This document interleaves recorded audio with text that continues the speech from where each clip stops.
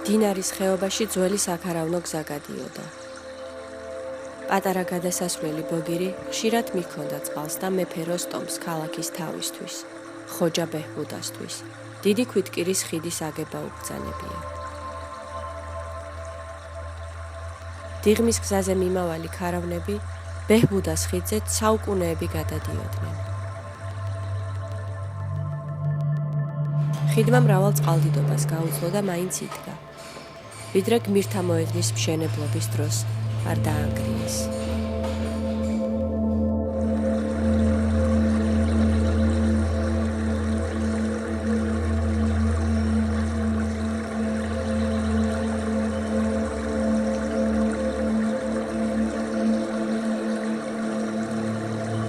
თბილისის გულში მდინარეა დამარხული.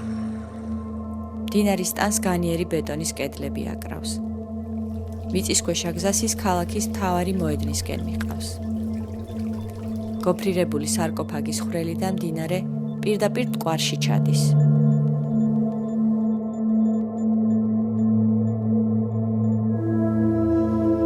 სათავეს იღებს თრიალეთის ქედის აღმოსავლეთ კალთაზე, დიდგორის მთის მიდამოებში.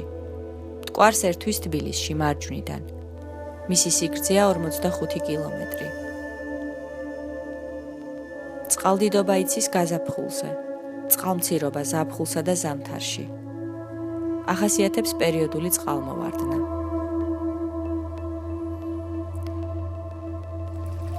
(1924) წლის წყალდიდობის დროს დინარის შესართავთან ღამის გასათევად დაბანაკებული გლეხები ვერემ თავიანთი ხარურმებით გაიტაცა. მტკვარში ჩაიტანა და დაახრჩო.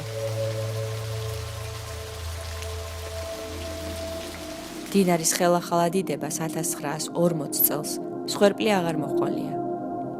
რამდენიმე წელიწადში კი გმირთა მოედნის მშენებლობა დაიწყეს და ვერეს პირველი სამარხი გათხარეს.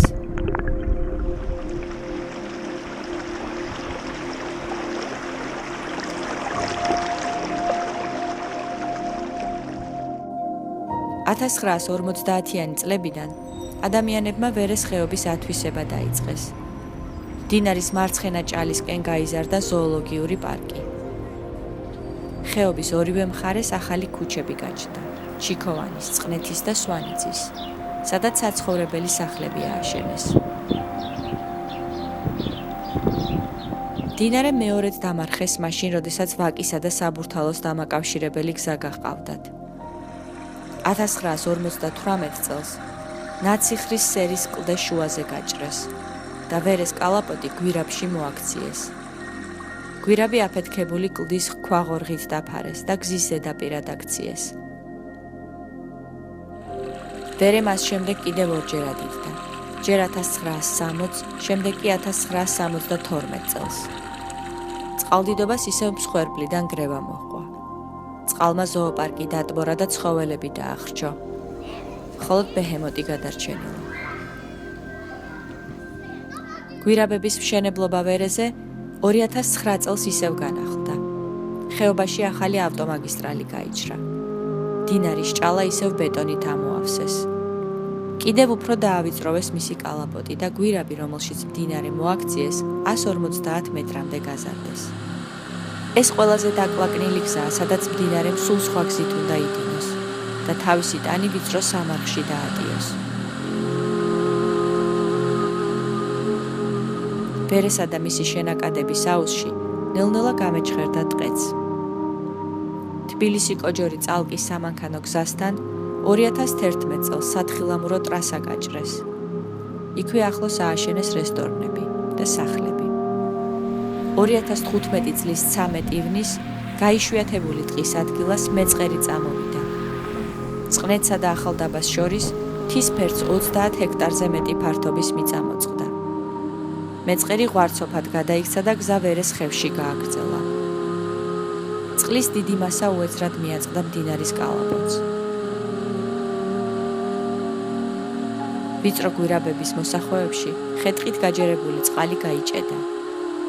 რაც კედლებში ვერ დაეტია, რამდენიმე მეტრის სიმაღლის ტალღებად, ზემოდან გადაევლო გზებს და მდინარის ჭალებს მოედო. წყალმა გაანგრია მდინარის სამარხის კედლებიც. აატივტივა და თან წაიღო სახლები. მოანგრია დასახლებული ფერდი, დატბორა ზოოპარკი და მზიური. 13 ივნის დაიღუპა 23 ადამიანი და 300-ზე მეტი ცხოველი ზოოპარკში. ეს მეხუთე წყალდიდობა იყო ბოლო 100 წელიწადში. ვერემ ისევ მონიშნა თავისი ხეობის საზღვრები და რამდენიმე საათით წყალი ძველ ჭალებს დაუბრუნა. მდინარე მალე ხელახლა დაფარეს და ისევ სარკოფაგში გამოკეტეს. დღეს მაგისტრალიდან აღარც მისი ხმა ისმის და არც მისი ნაპირები მოჩანს. მდინარის ხეობის განაშენიანება ისევ გრძელდება. 2017 წელს 2 ახალი მშენებლობის ნებართვა გაიცა. იქ მრავალფუნქციური შენობა და სასტუმრო უნდა აშენდეს. უკვე დასრულდა მრავალსართულიანი სახლის მშენებლობაც. ყველა ეს პროექტი დატბორვის ზონაშია მოქცეული. ჭალებში, რომელიც მდინარე ვერეს ეკუთვნის. ვახუშტი ბაგრატიონის მიხედვით, ადრე ვერეს სკვირეთი რქმევია. ვერე მდინარეა, ქალაქის გულში დამარხული. წყალდიდობა იცის გაზაფხულზე, წყალმცირობა ზაფხულსა და ზამთარში. ახასიათებს პერიოდული წყალმოვარდნა.